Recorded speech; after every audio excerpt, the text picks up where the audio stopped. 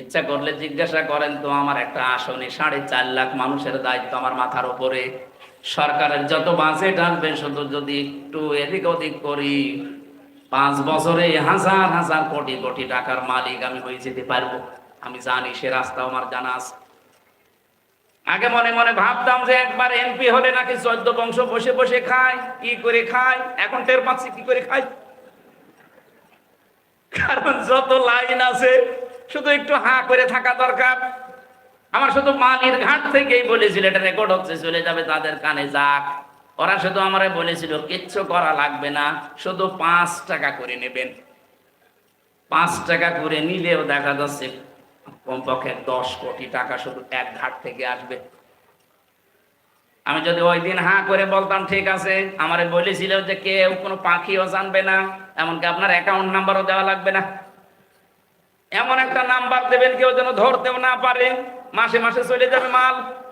না, 5 বছর আমি কথাই দিয়েছি যে একটা টাকা বাড়বে না, আরো যা আছে কমে যাবে।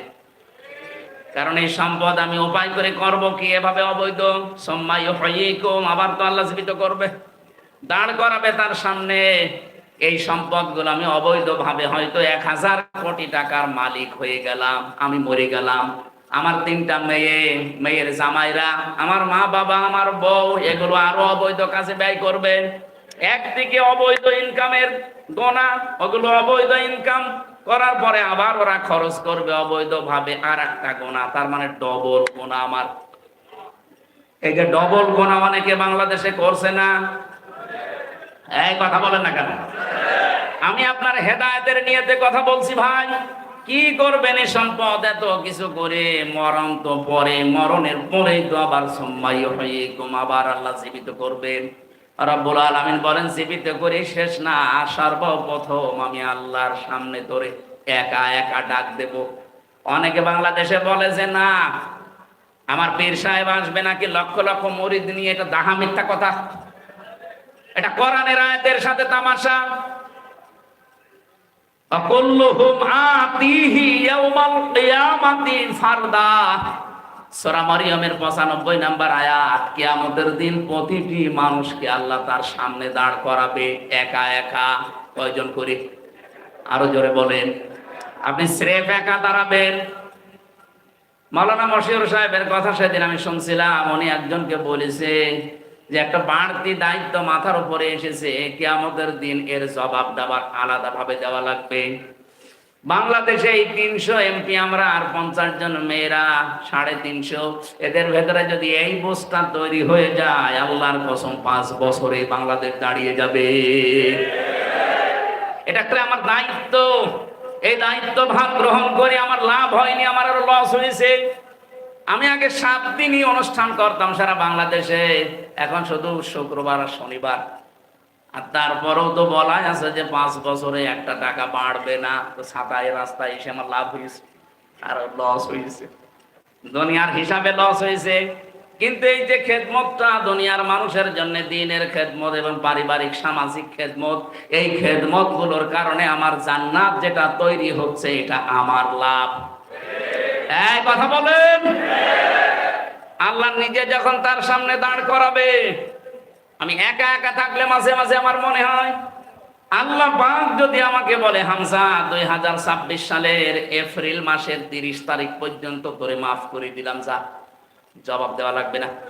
শুধুমাত্র মে মাসের 1 আর 2, এই 2 দিনের হিসাব দিয়ে জান্নাতে চলে যা। যদিও এই 2 দিনের হিসাব আমার করা আছে, আমি যা দেখলাম, কারণ আমি সংসদ থেকে বের হয়ে সেই ঘুমিয়েছিলাম, ঘুম থেকে আবার এসে সাতক্ষীরা থেকে এখানে এসে ঘুমিয়েছি। এরপরে আপনাদের এখানে আমি 2 দিনের হিসাব করে দেখলাম সেরকম কোনো গুনাহ আমি করিনি। তারপরও আমার চিন্তা হয় যে 2 দিনের হিসাবও আল্লাহর সামনে দেওয়া আমার দ্বারা হবে না। আপনারা পারবেন না? আপনারা পারবেন।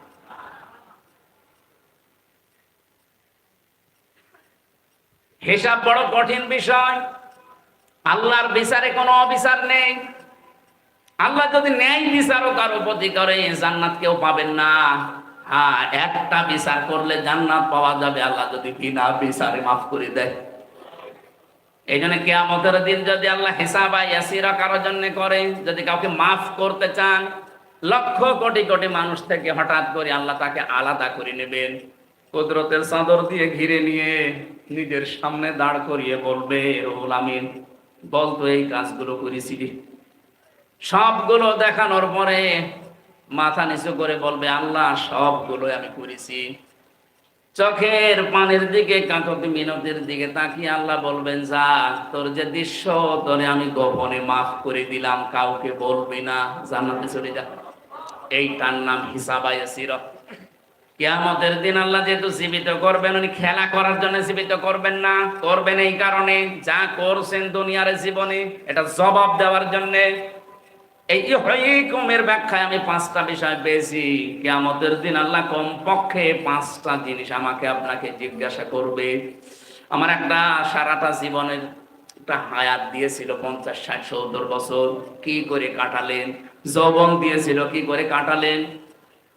কি করে সম্পদ উপার্জন করেছেন, কি করে খরচ করেছেন? আর এই যতটুকু জ্ঞান পেয়েছিলেন ওই জ্ঞানের উপরে কতটুকু দুনিয়ায় কাজ করেছেন?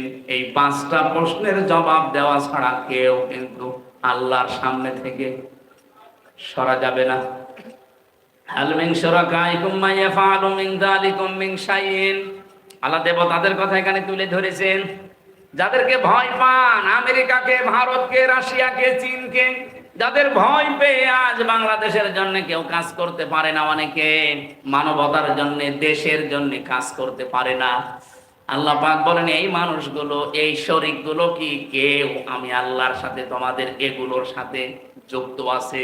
তোমাদেরকে বানানো, রিজিক দেওয়া, আবার মরণ দেওয়া, আবার জীবিত করা, এর ভেতরে কারো কোনো সাহায্য আমি আল্লাহর লাগে নাই। সুবহানাহু ওয়া তাআলা আম্মা ইউশরিকুন। যত রকমের বিষয় আমি আল্লাহর সাথে শরীক করো, সব বিষয় থেকে আমি আল্লাহ মহাপবিত্র। রব্বুল আলামিনের বিধান তার মতোই পবিত্র। আসেন জীবনের প্রতিটি ক্ষেত্রে তার বিধানগুলো বাস্তবায়নের চেষ্টা করি। আল্লাহ তাওফিক দেন, আমিন, আল্লাহুম্মা আমিন। রব্বানা আতিনা ফিদ দুনিয়া হাসানা ওয়া ফিল আখিরাতি হাসানা ওয়া কিনা আযাবান নার ওয়া আদখিলনাল জান্নাতা মা'আল আবরার ইয়া আজিজু ইয়া গফফার ইয়া রাব্বাল আলামিন। সারাটা জীবন অপরাধ করে জীবনটা নষ্ট করে ফেলেছি। এ বিশাল আসমানের মালিক, বিস্তীর্ণ জমিনের মালিক, বাগেরহাট জেলার প্রাণ কেন্দ্রে একটা মাদ্রাসার ময়দানে মাহফিলের জন্য উদ্দেশ্য করে ওরা কোরআনের কিছু কথা শুনে হাত তুলেছি। জীবনে কোনো কিছুই যদি তোমার ভালো না লাগে, আজকের এই দৃশ্যটা দেখি মাফ করে দাও। কত আলেম ওলামা, কত মাদ্রাসার দল বেলেন, কত দাড়ি পাকা মুরব্বীরা, কত যুবক যাদের গাড়ি তাজা রক্ত, যারা কাউকে কেয়ার করে না, তারা পর্যন্ত এখন হাত তুলে আমিন আমিন করছে। জীবনের অপরাধের দিকে তাকালে হয়তো তোমার মাফ করতে ইচ্ছে করবে না। গুনাহগুলোর দিকে তাকিও না, আল্লাহ তোমার রহমতের দিকে তাকাও। জিন্দেগীর গুনাহগুলো এখনই মাফ করে দাও। আমরা তোমার কোরআন থেকে শুনেছি, ফাউলাইকা ইউবাদদিলুল্লাহু সাইয়্যাতিহিম হাসানাত। যদি কারো অপরাধ তুমি মাফ করে দাও, ওই জায়গাটা নাকি নেকি দিয়ে পাল্টিয়ে দাও। আমার এই 34 বছর বয়সে যত অপরাধ করেছি, কোরআনের মাহফিলের ওসিলায় আজকের সব অপরাধ মাফ করে জায়গাটা নেকি দিয়ে পাল্টিয়ে দাও।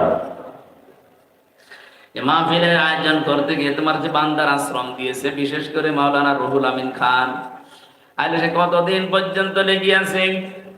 শেখ মঞ্জুরুল হক রাহাত ভাই সহ অধ্যক্ষ মাওলানা মশির রহমান খান, মাওলানা রেজাউল করিম, মাওলানা অধ্যক্ষ আব্দুল আলিম সহ অ্যাডভোকেট আব্দুল ওয়াদুদ ভাই সহ যত মানুষেরা চেষ্টা চালিয়েছে কোরআনের এই অনুষ্ঠানটার জন্য, যত স্বেচ্ছাসেবক কাজ করেছে, মা বোনদের ভেতরে যারা দায়িত্বে আছে, যে যেইভাবে কোরআন প্রচারে এগিয়ে এসেছে, আল্লাহ তোমার রহমতদার দিকে এগিয়ে দাও। আমরা অনেকে অসুস্থ আছি, শেফায়ে কামেলা আজেলা নসিব করো। যাদের অন্তরের ভেতরে কোরআনটা দিয়েছো, আল্লাহ মরণ পর্যন্ত এটা টিকিয়ে রাখার তৌফিক দাও। এই মাদ্রাসার যত প্রয়োজন আছে, আল্লাহ তুমি সব দূর করে দাও।